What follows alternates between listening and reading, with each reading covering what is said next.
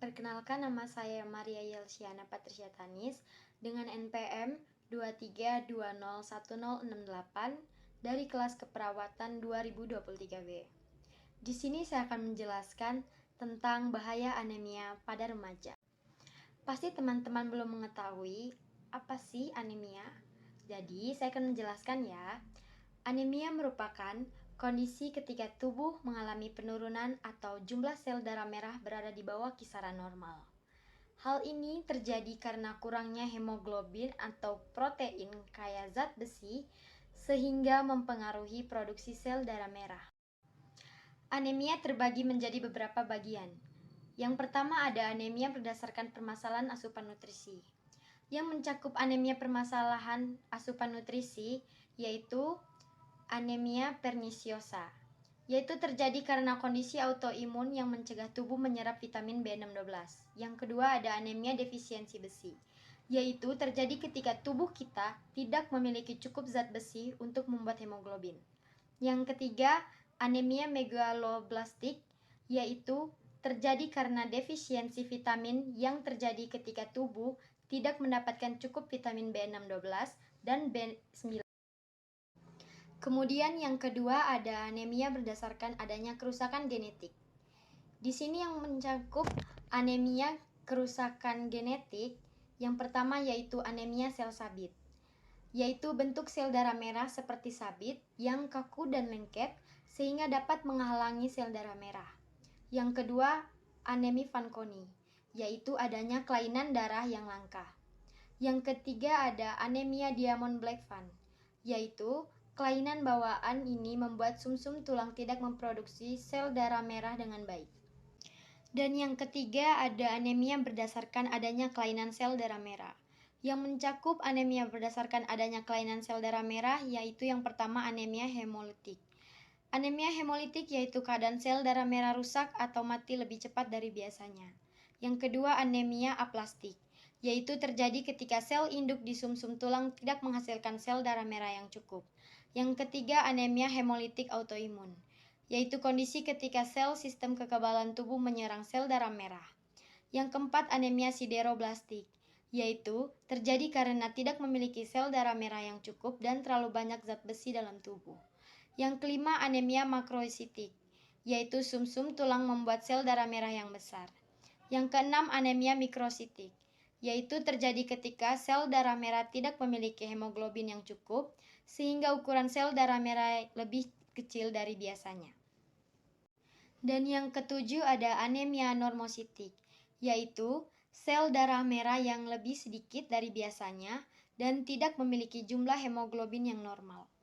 Baik, sekarang kita masuk pada gejala anemia pada remaja. Jadi teman-teman, gejala anemia pada remaja yaitu yang pertama, terlihat sangat lelah. Kedua, mengalami perubahan suasana hati. Ketiga, kulit yang terlihat lebih pucat. Keempat, sering mengalami pusing.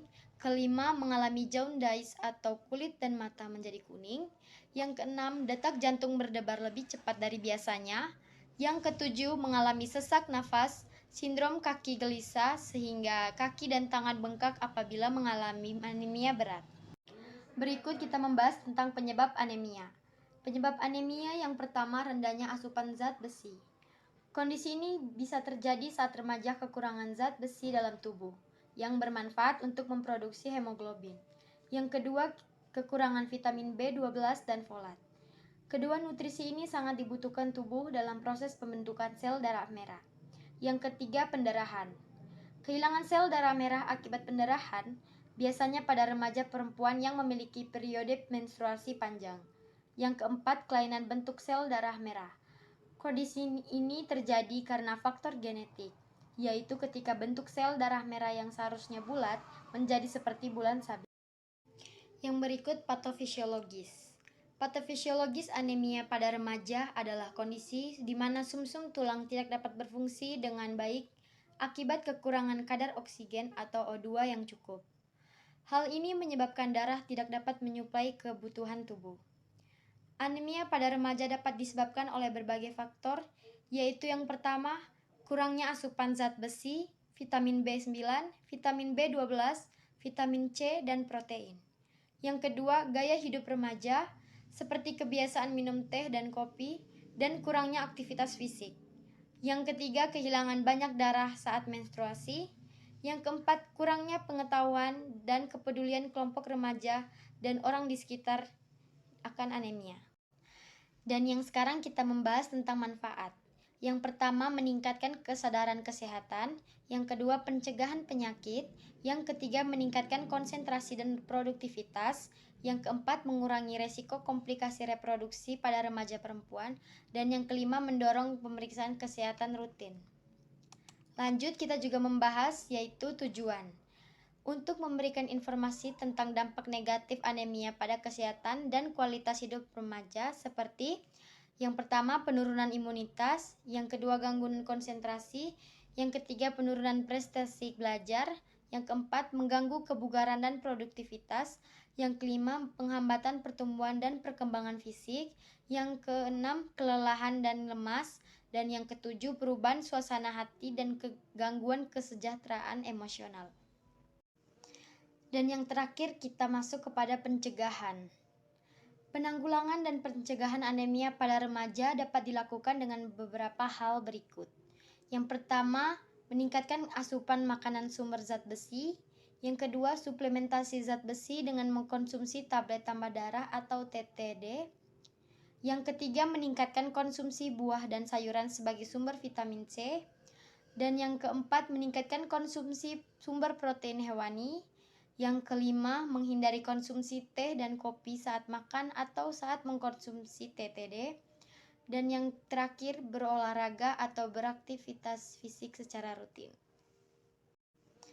Dan yang terakhir, kita masuk kepada pencegahan. Penanggulangan dan pencegahan anemia pada remaja dapat dilakukan dengan beberapa hal berikut. Yang pertama, meningkatkan asupan makanan sumber zat besi. Yang kedua, suplementasi zat besi dengan mengkonsumsi tablet tambah darah atau TTD. Yang ketiga, meningkatkan konsumsi buah dan sayuran sebagai sumber vitamin C. Dan yang keempat, meningkatkan konsumsi sumber protein hewani. Yang kelima, menghindari konsumsi teh dan kopi saat makan atau saat mengkonsumsi TTD. Dan yang terakhir, berolahraga atau beraktivitas fisik secara rutin.